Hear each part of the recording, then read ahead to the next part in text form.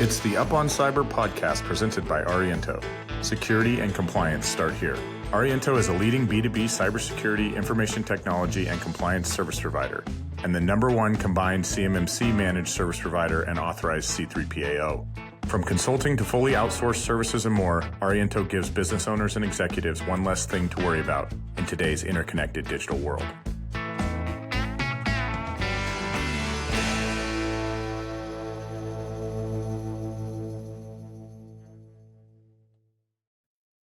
Hey, good afternoon. It is Monday, May 13th, a little after 2 p.m. Central Time. This is the Up on Cyber podcast, and today we have Ariento's own C3PO team, in-house C3PO team, fresh off another joint surveillance to kind of talk through that process and just some of the things they're seeing on the C3PO side of the house.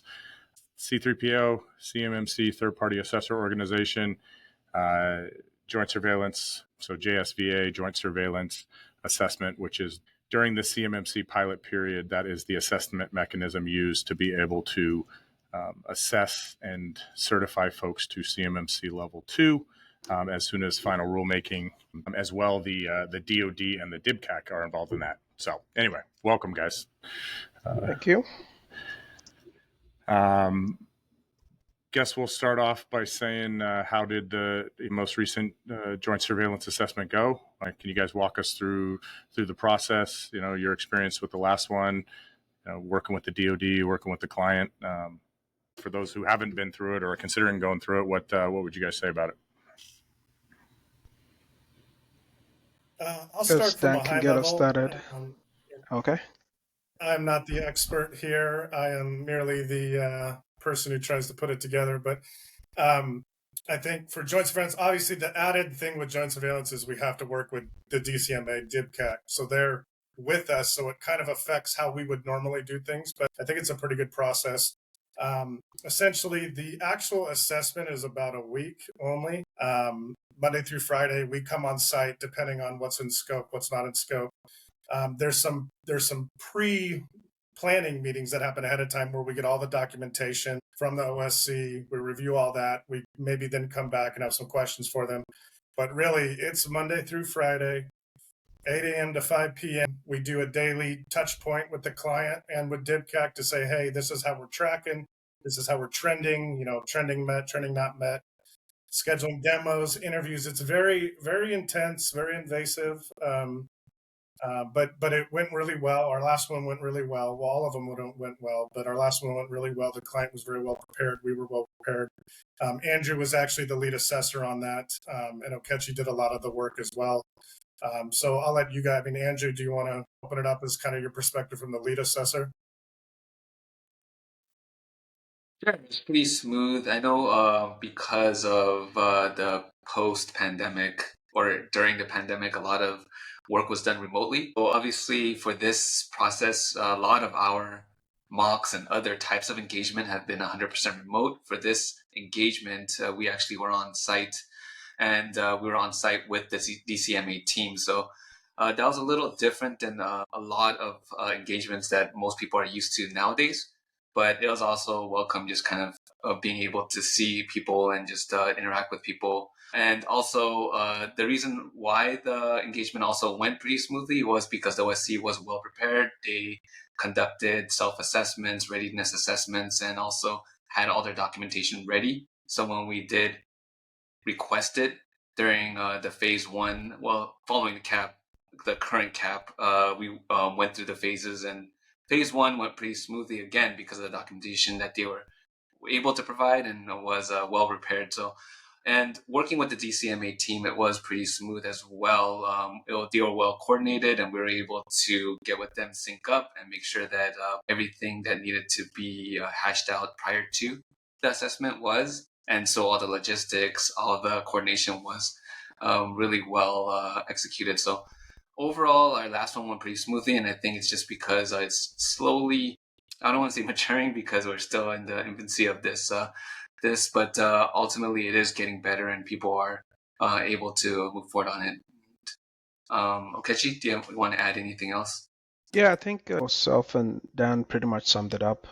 Just to add some more context, a lot of What made it successful would be mostly around communication with OSC. As external assessors, we always operate on the principle of no surprises. So clearly explained objectives to the OSC, who were very good about responding to audit requests, clarifying your requests throughout the phases. Obviously, we have the two-phase approach for the most part. Scoping went clearly and smoothly, just because the OSC had their ducks in a row, so to say, and they were able to defend their scope. Most OSCs that we observed in the past might have struggled with phase one, but for phase two, like Dan also mentioned, was the communication and collaboration with the DCMA DIBCAC team on a day-by-day daily hot wash demo request. Then we also had the weekly summary. So for the most part, from an assessor standpoint, a lot of the success came from preparedness and being very clear in our communication and expectations from the OSC, so that way they could be able to present the best of their program, which was the whole essence of the assessment. Thank you. And so I know you guys have worked with multiple DIBCAC folks during different engagements, but what how much of it do you guys lead? How much of it does the DIBCAC lead? I mean, is it kind of one of those things where they just kind of let you do your thing? Do they have a lot of questions? What does that look like in terms of the joint nature of it, and them ultimately producing a what is it, a DIBCAC high, medium assurance report that they submit to SPRS, and then you guys doing your report that ultimately potentially leads to the CMMC certification? Yeah, I can take a stab at it first, and Andrew can chime in as well. I guess the giveaway is the joint of the surveillance piece. It was a two-phased, two-pronged approach assessment. However, the core framework in conference here was NIST 171. There were setting controls and requirements that the DIBCAC team focused on, specifically around reporting requirements of C through G. But to your question, yes, the DIBCAC team were responsible for submitting the SPRS score as part of the pilot program, and also they had specific documentation collection requirements. But apart from that, the rest was a typical audit similar to an ISO SOC 2 assessment. We have assessment criteria, which is NIST 171 Alpha. And what we did in that regard was follow proper audit methodologies of, scoping the field work, the reporting, making sure we have a closeout or pre-closeout call with the OSC to review any observations. Without going into details, obviously the last was a clean report. However, if that wasn't the case, the auditee or the OSC would typically have an opportunity to defend their attestation on the implementation and performance of their controls. So for the most part, we led the audit assessment or the assessment itself, and a lot of the protocols or administrative overheads were also led by us as well, with the DCMA team basically being the bird's eye view of the assessment process because of their reporting requirements for the most part. Andrew? Yeah, no, that's exactly right. They are able to let us lead, and that's typically how they tend to run these, letting the C3PAO run it, lead it. And again, we're both going off the 800-171 framework, but they have more reporting requirements that they dive deeper into. And so they had some time to focus on that. And if there's any other questions that they had pertaining to any of the assessment objectives in 800-171, they would chime in. And kind of speaking with them offline, they mentioned that if the C3PAO kind of handles everything and is, for lack of a better term, competent or doing their job, then there's not much for the DCMA team to add. They might ask a question here too, but typically if the C3PAO is doing their job, the DCMA team is able to just piggyback on that, and then we just have a hot wash or a sink at the end, and they can talk to us internally or even in front of the OSC if they have any further questions. But ultimately, in our previous or last engagement, we led it. There was a very little engagement or during the interview process with the OSC, and we asked the questions. DCMA got their questions answered, and then again, like Okechi mentioned about the reporting requirements, we did give the DCMA the opportunity to ask their questions and do their part. Okechi, you mentioned scope, and I know that you guys do a lot of readiness work, not just the kind of the assess, especially as we're still in the pilot period. And I know that a lot of OSCs are still, I think to this day, I mean, we see it on the MSP side, struggling with scope. It sounds like this latest assessment went well from a scoping standpoint, but some of the questions that are heard quite a bit are, and looking at it from an assessment perspective, I mean, what do you guys think is easier to assess, or what's more successful, cloud native versus on-prem? Or another way to look at it is, the enclave versus the organizational approach. Not exactly one-to-one, but do you guys have a preference, or, from what you guys have seen, is the cloud stuff tending to do better in the assessments, or it's easier to assess, or is it on-prem? Do you guys care? Do you have a preference? And then same question for enclave versus organizational. Yeah, that is a loaded question. I think that's the core of any assessment is managing scope. Mm-hmm. Just some, from a preference standpoint, I would just be that the OSC be prepared in any case, regardless. So the maybe some definition can help here. Like a cloud native, when you say cloud native, we're talking about using a cloud service provider like Microsoft, AWS, the Gov cloud versions of that, or the digital sovereign versions of those, and building infrastructure within those DSP components, right? And like that comes with a lot of benefit from a control inheritance standpoint, because the idea is a lot of the controls that you assess and things around access control, etc., are already measured up and are testable, right? Typical with most cloud service providers. However, there's a big caveat there, which comes to configuration management. The cloud service providers do provide a lot of documentation for cloud native environment. However, the OSC has a lot of burden to implement. So we are not talking about managed service providers here, but typically the success we've seen is when you have dedicated resources that understand the technology and are able to push it through from a configuration standpoint, let alone scoping. On-prem is also very viable. Some organizations have hybrid infrastructure implementation, especially those in SCADA, IoT, OT rather, implementation for manufacturing, for instance. They have no choice but to have on-prem workflows. In that case, it's all about your traditional castle and moat topologies. I'm sure Andrew can speak to the boundary definition changes and evolutions in a moment here. But to close that out, the enclave versus organizational approach. So enclaves are better when you have wider organizations with multiple business streams where you don't want data to commingle. So the essence of an enclave is having your own island or segment of the corporate infrastructure that allows you to perform more controlled work around information. However, from an organizational approach, if you put percentages, maybe over 70 or 80% of your business is DoD contracting, it might make sense to go with the organizational approach as well, whereby you set the bar at the highest point, which is meeting those DoD contract clause default requirements, then having proper classification implemented. To sum it up, scoping is critical for any readiness assessment. It boils down to asset inventories, configuration profiles, management, asset classifications.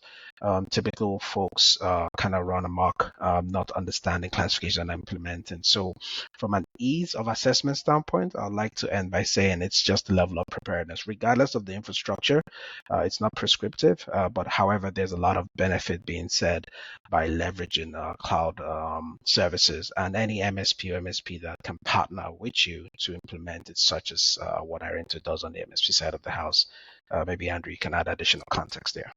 Yeah, sure. So again, like the cloud-based solution or cloud-native solution is the new kind of buzz or the sexy way to do things at this time. But a lot of OSCs, especially in the readiness assessments that we've conducted, they believe that it's just kind of like a plug and play. They get GCC high and they're like, we're done, right? But there's a lot of work to be done after the fact. That's just kind of the groundwork.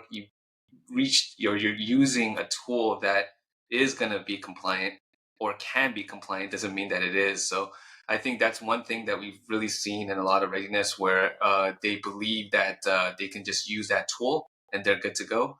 But that's a trap and something that obviously needs to be avoided. So like Okechi said, either way, you need to have the subject matter experts to be able to configure and maintain your environment.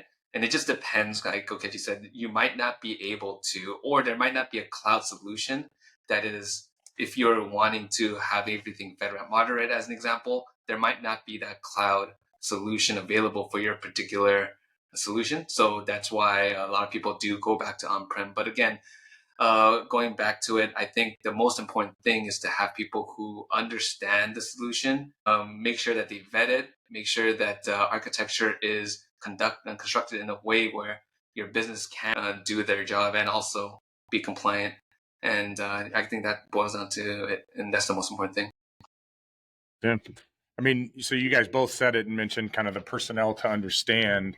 And Okechi, you talked about the control inheritance with the, one of the things that, on our side of the business that we look forward to, right? Having gone through a DIBCAC assessment in order for you guys to be a C3PAO, right? Is this kind of new language in the draft rule around MSPs actually having to receive a CMMC level 2 certification or equivalent certification, right, to who they're supporting.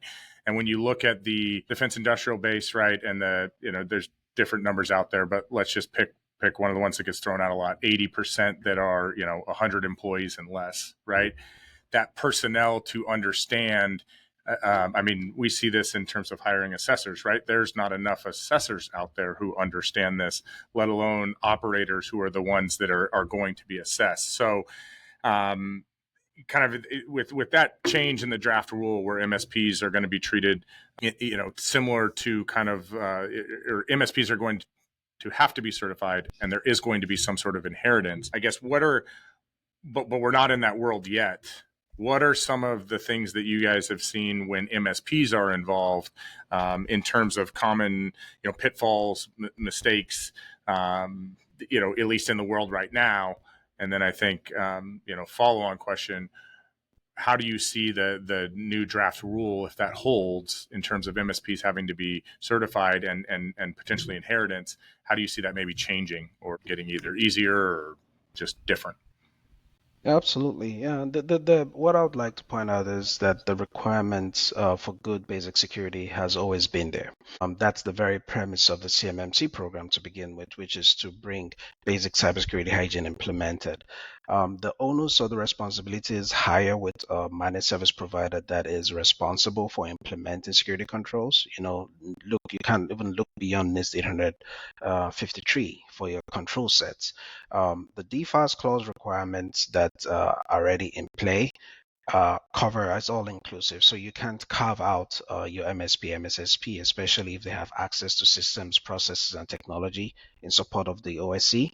But for the draft rule requirements, stating more clearly is because there's a lot of ambiguity and the responsibility has been, or the can has been kicked down the road. Any MSP that or MSSP that obviously wants to be a considered market player would have to understand the implementation of basic security controls, not just from a technology standpoint, but also from a process standpoint. There's lots of other frameworks that you can rely on. SOC 2, ISO, GDPR requirements have already been there. Even PCI, if you're looking for general requirements. For OSCs, it's always important to trust your vendors. So if you have a third-party MSP in your environment, have a clear understanding during contractual phases to understand what the roles and responsibilities will be. Control inheritance can very good be inherited from a lot of the cloud service providers. You have your AWS well-architected framework. You have your Microsoft or Azure placemat from a control inheritance standpoint. So the documents are already there, or the requirements are already stated. However, the pressure of compliance would be more on the OSC, and it would be a market differentiator. Obviously, Ariento be in a position of being a licensed C3PAO and going through the assessment itself definitely puts it ahead of a lot of the packs. However, any OSC that's relying on an MSP, MSSP in the future post rulemaking, as you can see the indication, there will be a higher compliance or security. The MSP, MSSP getting certified to the standard might be more of a pipeline requirement down the line. However, at the minimum, there are basic security requirements that might also include rights to audit clauses coming into contracts as well. So for the most part, it's trending towards greater accountability, which was when you get into conversations about the letter of the law versus the spirit of the law, was to protect our warfighters, right? Solidify security implications on the defense industrial base, etc. So that responsibility passes through, and I should expect OSCs to obviously push that requirement to the MSPs, and they're not shielded just by the clause of third-party contractors. They have to meet certain compliance obligations. Is anybody's guess at this point to think what the final rule would state about compliance requirements, but it would be a prudent measure for any OSC to engage organizations such as Ariento or similar organizations that have been through the requirements already and are building and deploying secure solutions. Maybe Andrew can add some additional context there as well.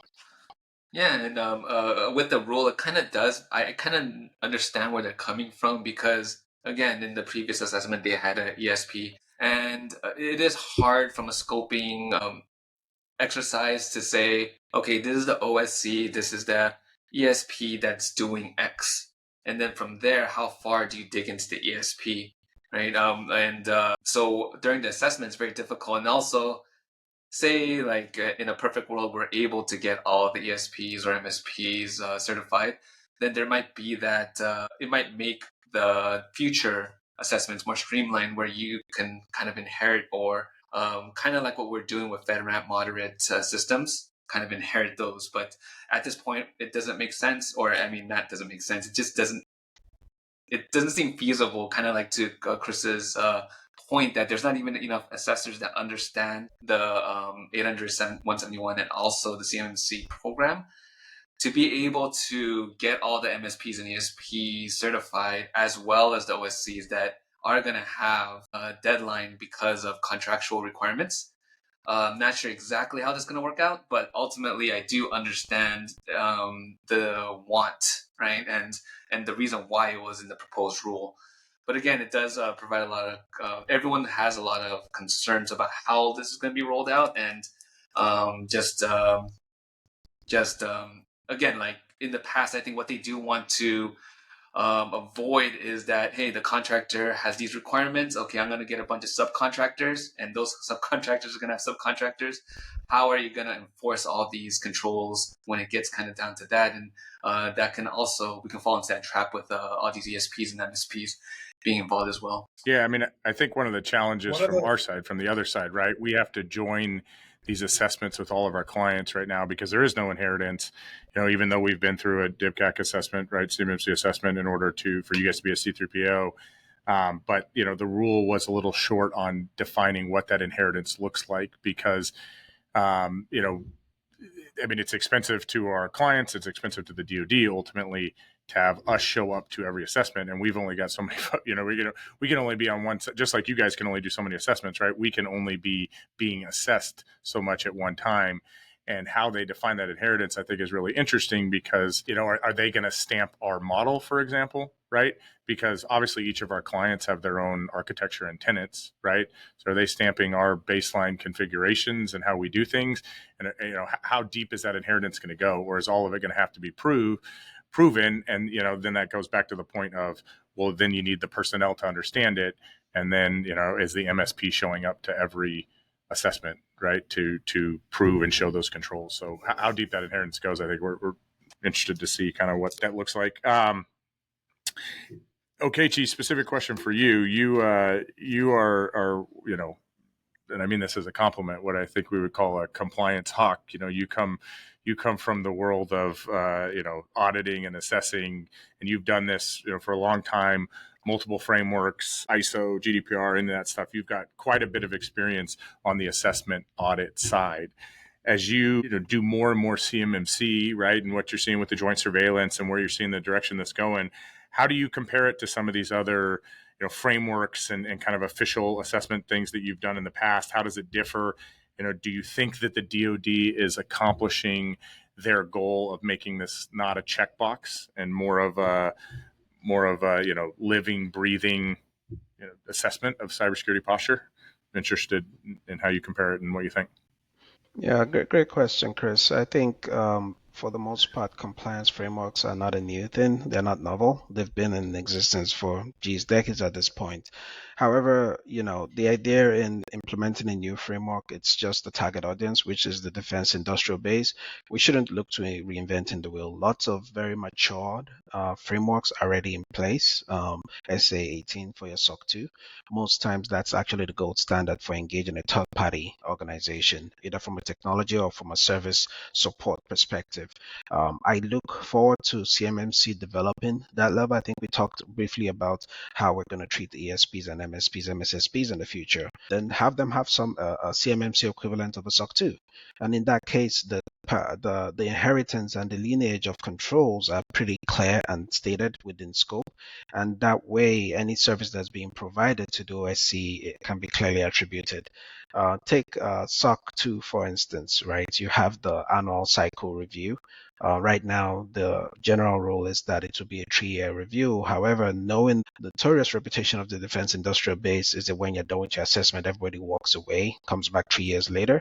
So we're also thinking about a concept of continuous monitoring as a service offering from Ariento as well, whereby we stay engaged with the OSCs annually at least to do a delta gap assessment or whatever any significant system changes occur. It's not a sprint, it's a marathon, like I like to call it, right? And it's a continuous journey for most organizations. ISO certifications are no different. GDPR assessments based on your reporting requirements are no different.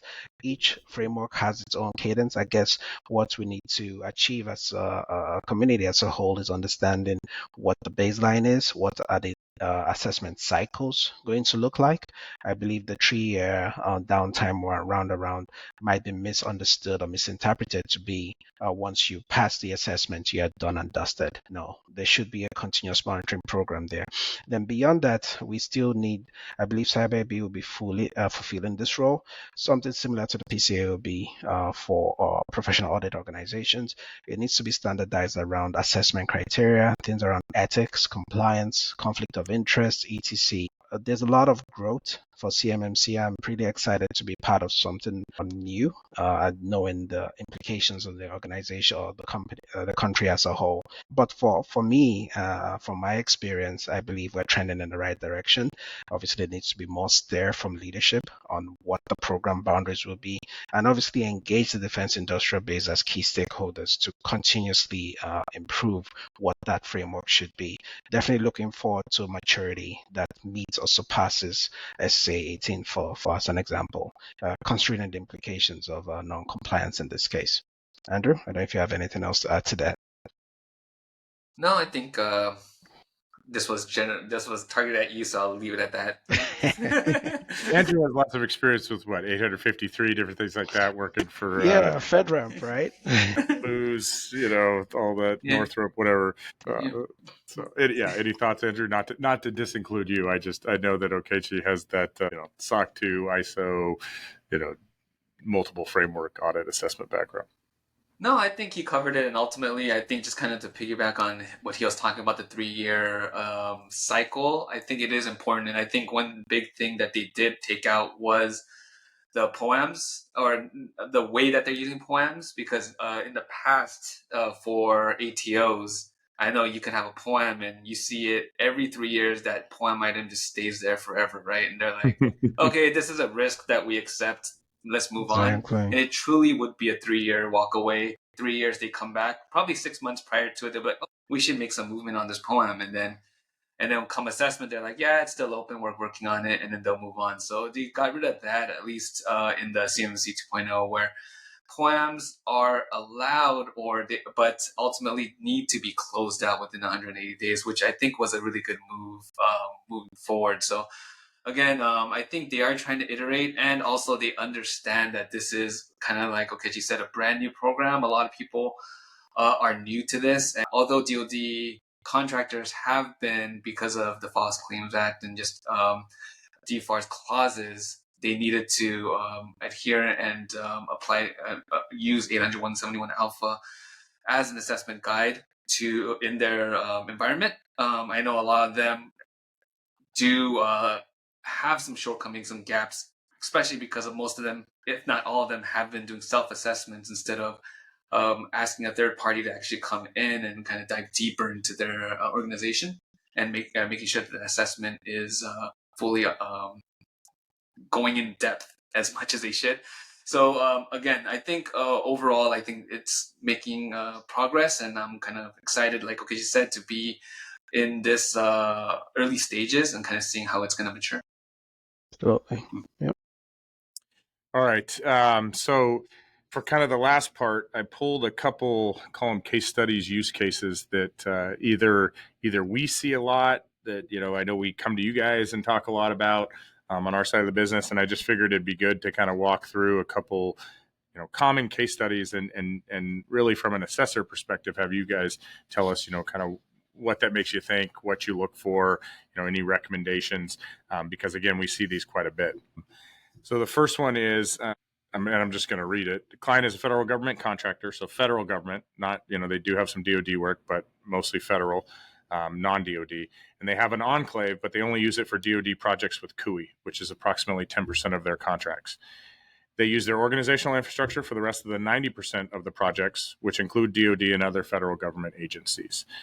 How do you guys view this? And really kind of, I think the question that we get a lot is, workflows and human beings, right? Can they really operate in two systems doing the same work, right? Just because whether it has CUI or not. How do you guys view that as an assessor, and what are your thoughts? Like, is it possible to go back and forth between two different, distinct domains, right? In our case, Ariento.com, Ariento.us, for the same types of projects based on whether they have CUI or not? Yeah, that's and if I can chime in on that question first, I'm sure Andrew has a couple of opinions on architecture considerations based on his background. I'd actually flip that as well. The idea here is federal contract information. Typically, that's kind of we colloquially refer to as level one versus DoD contracts, which are CUI, which are level two. From a process, because you kind of nailed it there, saying people, processes, and technology.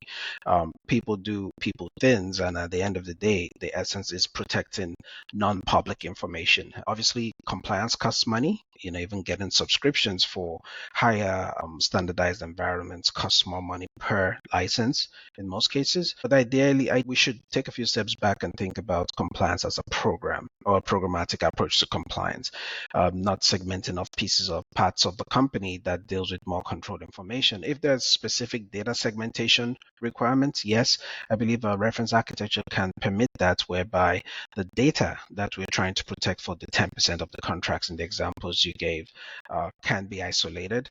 Then access points or mechanisms of access to that data can be at a lower bar.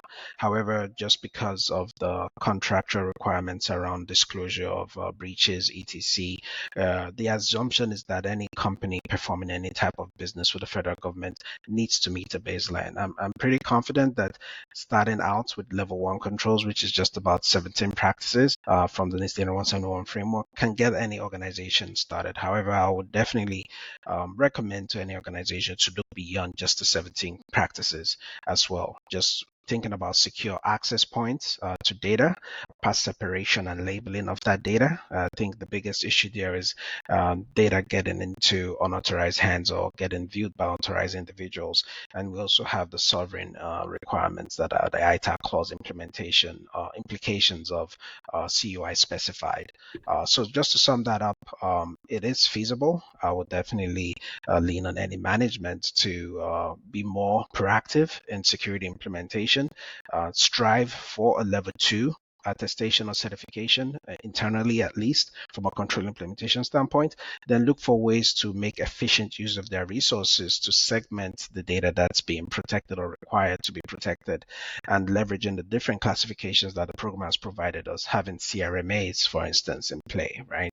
SPAs that can be centralized. So there are several aspects of compliance framework for the CMMC program that can be centralized to meet security requirements. So you do not technically have to have two separate organizations.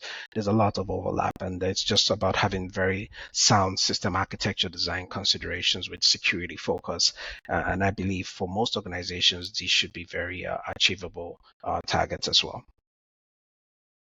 Yeah, and just to add to that, to Okechi's point, to protect FCI, I think going beyond those controls should be strived for, especially because I guess security versus compliance, right? They're not always synonymous. Where if you do want to have a secure baseline and just your organization to protect not only FCI, CUI, but even proprietary data, I think there are some controls that are just common sense in this day and age, and just to be able to implement those security controls without that compliance requirement, I believe, should be part of your business risk analysis, outside of just compliance in general. And once you achieve that, I believe a lot of the assessment or the controls will be fulfilled. There might be little tweaks that you need to do.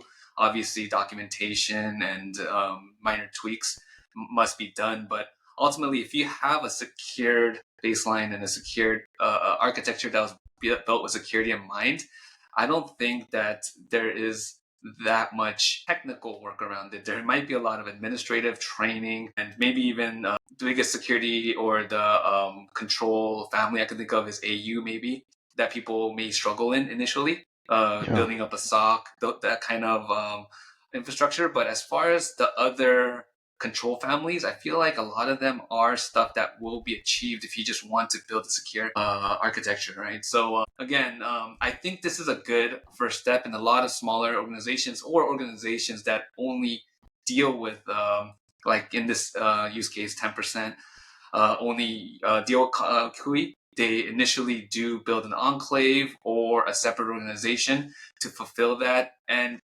honestly, it is very difficult. I have to go back and forth between Ariento.com and Ariento.us depending on what kind of project I'm working on, and it is very difficult. And we don't want to combine or join those organizations, because then Ariento.com will be fully in scope. So I have to work out of Ariento.us or that enclave when I'm working on anything CMMC related. So it is really difficult, but ultimately, if we boiled it down, Ariento.com meets maybe 90, 99%.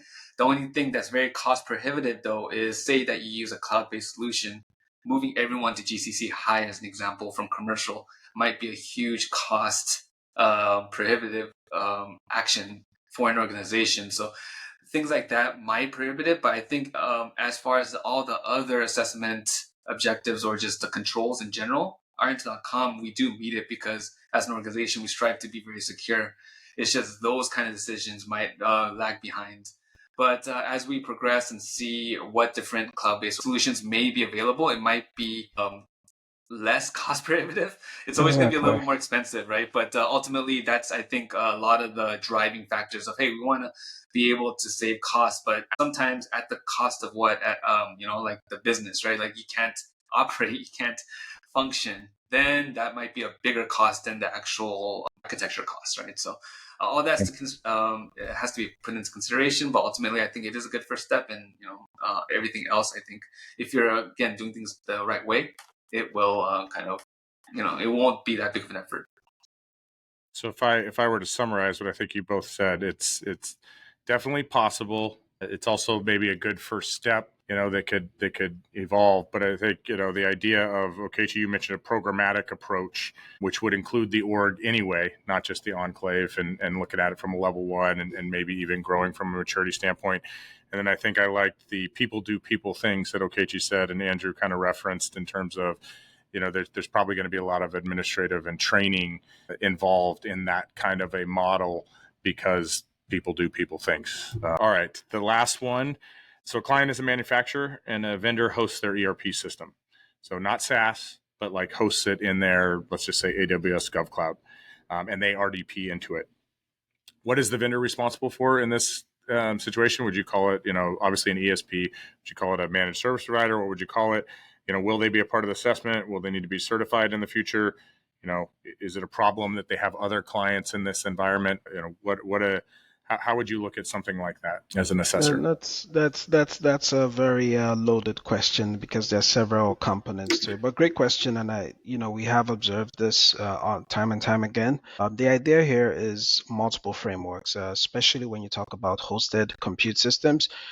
ERP, basically, enterprise resource planning platforms that build together multiple components provide a specific business need. You're talking software development 101, right? So there are frameworks out there. I think it's NIST 800-218 that talks about secure software development, although that's not the scope of your question, but that plays a very strong part of this.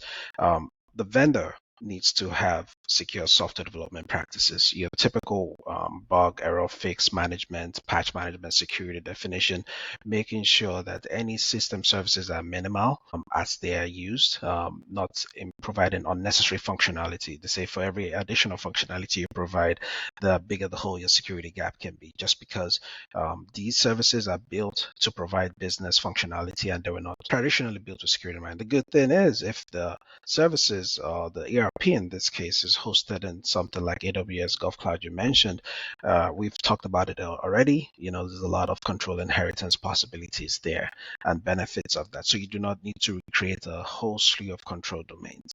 What I would recommend in such a situation would be streamlining the soft piece of it. Having a client that a vendor RDPs into your environment, regardless of the access point, is making sure you have what you call control choke points from access, making sure that access is not pervasive, having trust relationships with devices that are requesting the connection and those devices or endpoints that are accepting the connections as well.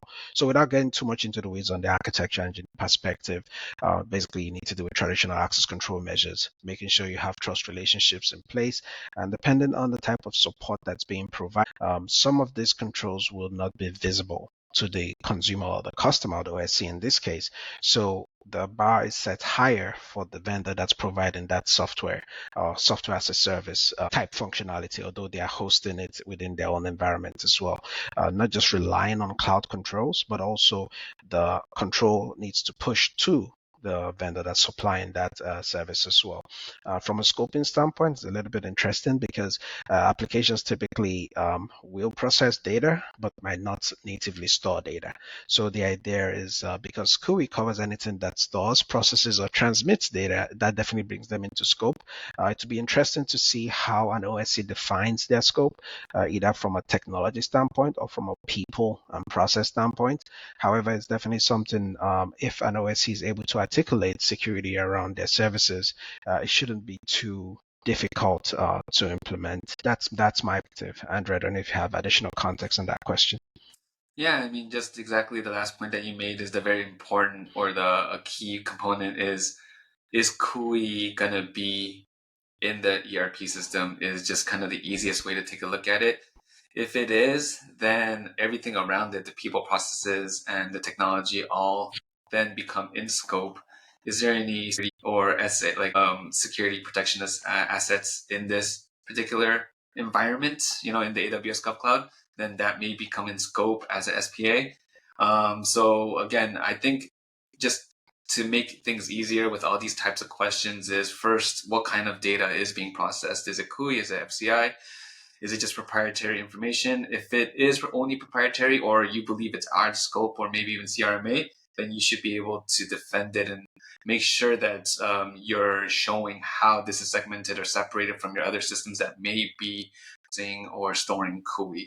So, and if it is processing CUI, then I believe everything may be in scope. And again, it's the scoping exercise and also showing segmentation. If a vendor is actually handling or managing CUI, then I believe that they should be in scope, and then other controls will come into place, because now that we're talking about the people, how do they hire, the background checks, there's all these other assessment objectives that may come into play besides the technical controls. So again, just easiest way to think about it is to look at your data flow diagram and also just your CUI, where your CUI assets are, and then you can kind of expand from there.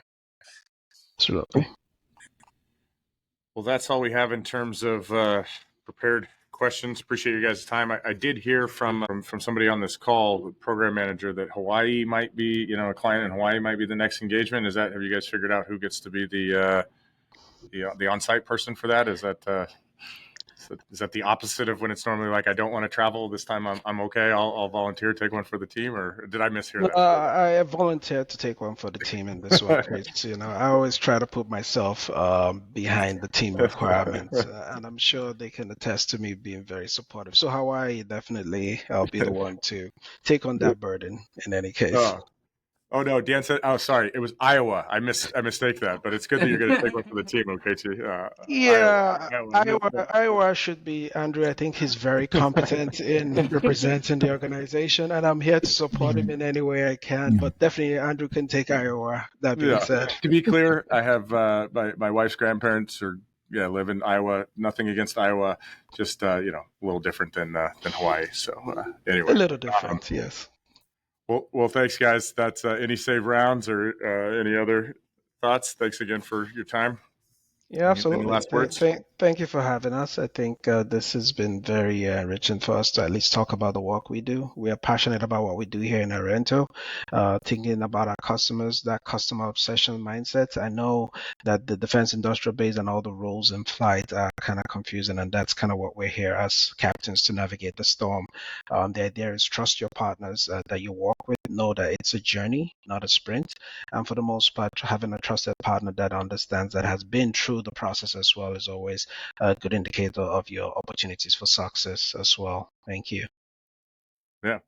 Well, and if I may say, you guys know this, but a little kind of ragged on you guys. I mean, we purposely took the approach of having a very high quality senior team for our first C3PO team, just to make sure that we were nailing the quality aspect. And I think there's been quite a bit of feedback on you guys that has not only backed that up, but you can see it in the referrals that we get and the constant work that keeps coming your guys' way without really advertising, both on the readiness side and the assessment side. You guys really are kind of the cream of the crop in terms of the team, and we want to be competing with the big guys, and I think you guys are doing that. So very much appreciated, and thanks again for the time today. Absolutely. Thank you very much. Cool. And with that, Dan and I will be back. We'll do the Next Gen Corner here in a second, but we'll take a break at this time. Thanks, guys. Thank you. Next Generation, or Next Gen, is presented by CMMCmarketplace.org, your one-stop marketplace for all things CMMC. From FedRAMP vendors like Microsoft, Cisco, and Google, to C3PAOs, to readiness providers, to CMMC events and job boards, CMMC Marketplace connects and serves any and all CMMC stakeholders. All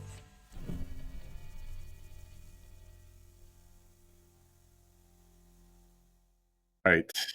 We're back for the Next Generation Corner, Next Gen Corner, whatever we're calling this segment now. Really, Dan, this is just where you and I get to talk about, our future generations, your godchildren, my children, your future children, and what we think about the world for them. This is a business podcast, so we need to keep it careful. But anyway, I got something for today. If you don't have anything.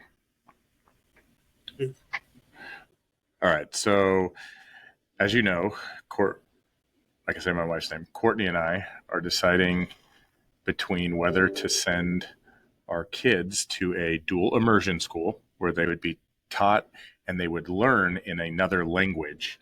And it's kind of like a 5-6 year or through 6th grade commitment or 5th grade commitment, because like if you start them in it, it's very hard for them to catch up in normal schools because they basically start by learning in that second language, right? In this case, Spanish is what we're looking at.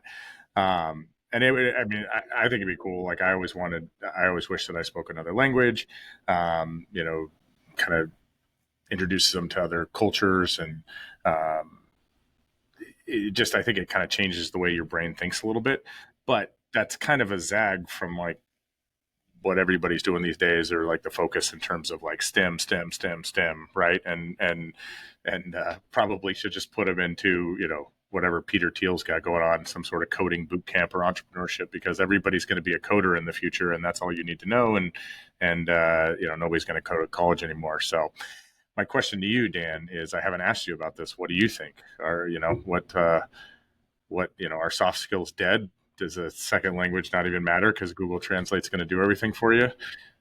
Who are the leaders of the future? Well, I mean, you've known me since kindergarten, Chris. So, how many times in my adult life have I tried to learn Italian?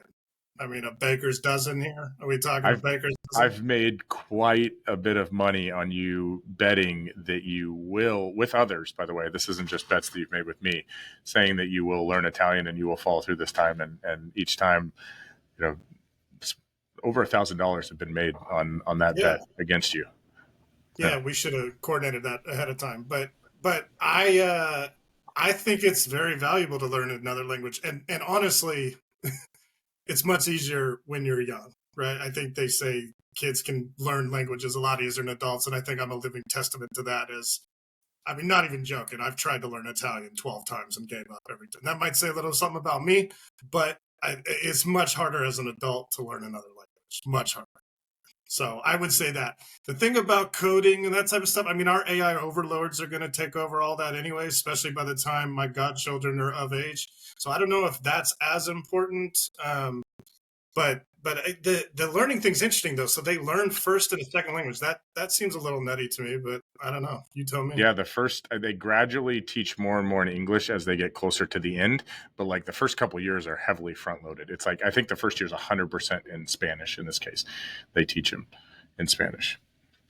So That seems extreme. That seems a little extreme. I don't know. I mean, the school's been around. They've been doing this for I mean decades. It's not a new thing, and they've got one for Mandarin.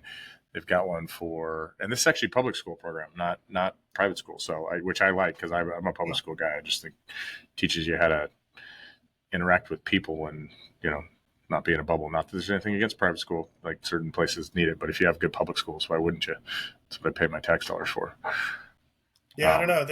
That's an interesting concept. Also, the other thing to think about, just like from a social level, is that are all those kids feeding into the same middle? Because you said it stops at sixth grade, right? So are they all going to the same middle school, high school together, or are they all then just it's like a private school where they split up? No, that's a good question. So I think there's a program like it, but it's more like a, like a, what's the word I'm looking for? In middle school, how you're taking multiple classes, it's like you can continue the experience, but it's like one class at the middle school that it feeds into. But I think for us, we'd probably feed them to the main middle school, and then the high school is the high school.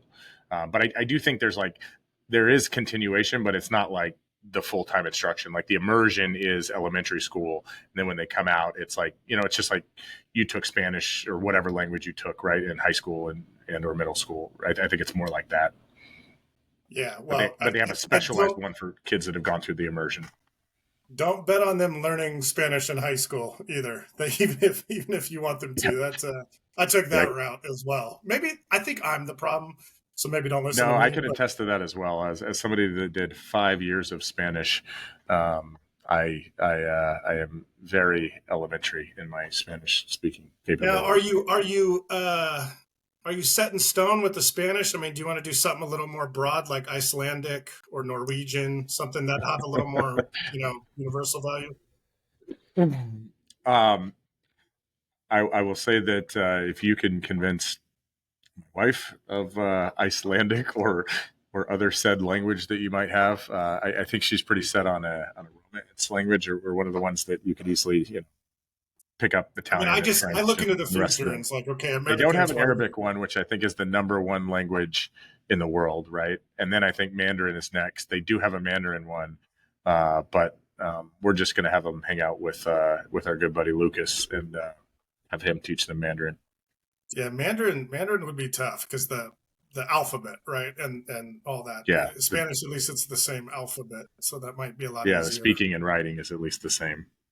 But Dan, isn't it all just going to be Teams, chat or AI driven? I speak in whatever language I speak in, and it translates it for me because we never go face to face anymore, and we just all chat or text or virtual reality or whatever it's going to be. I mean, does this really even matter? Man, I hope that's not what it turns out to be. I really don't. I think obviously there'll be help with the AI and language and stuff like that, but I truly believe that I'm hoping that we go back to the in-person model. Everyone's like, well, what is college going to look like in 20 years? Is it just all going to be remote?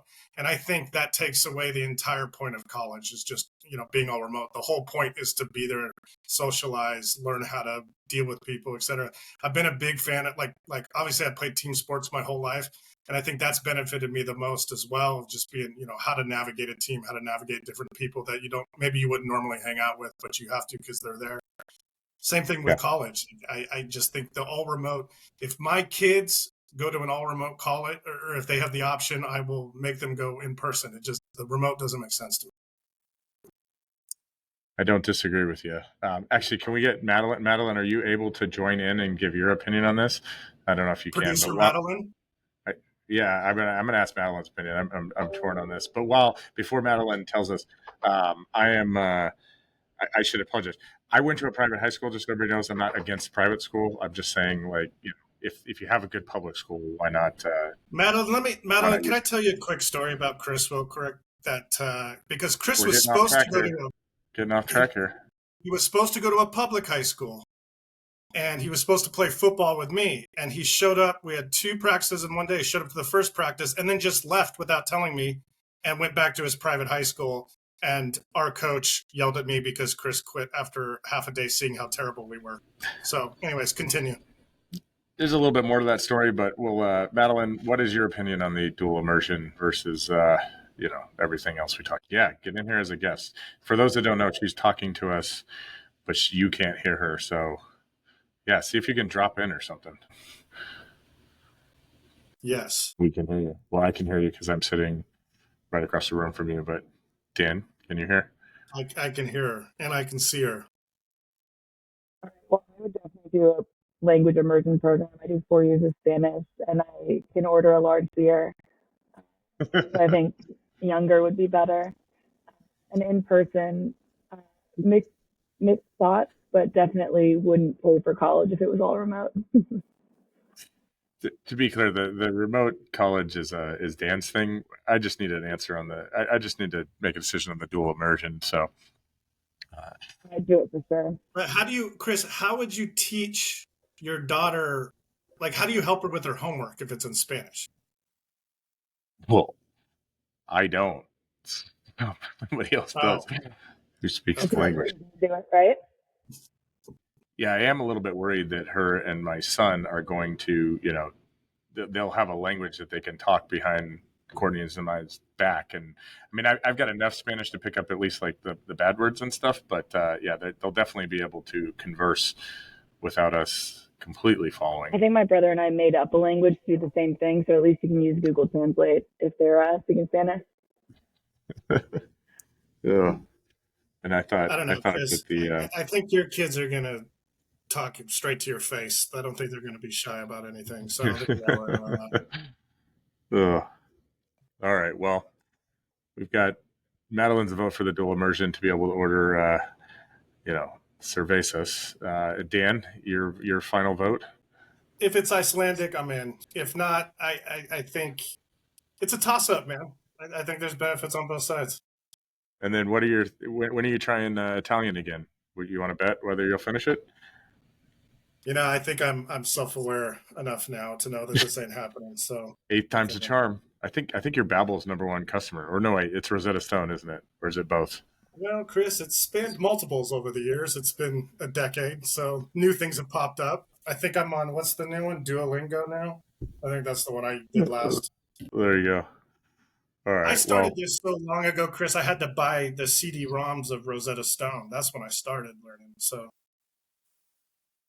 well, thank you guys for your opinions with my problem.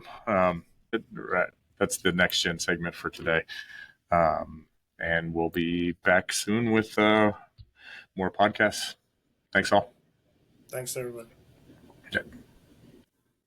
The Up on Cyber podcast is presented by Ariento, the #1 combined CMMC managed service provider and authorized C3PAO.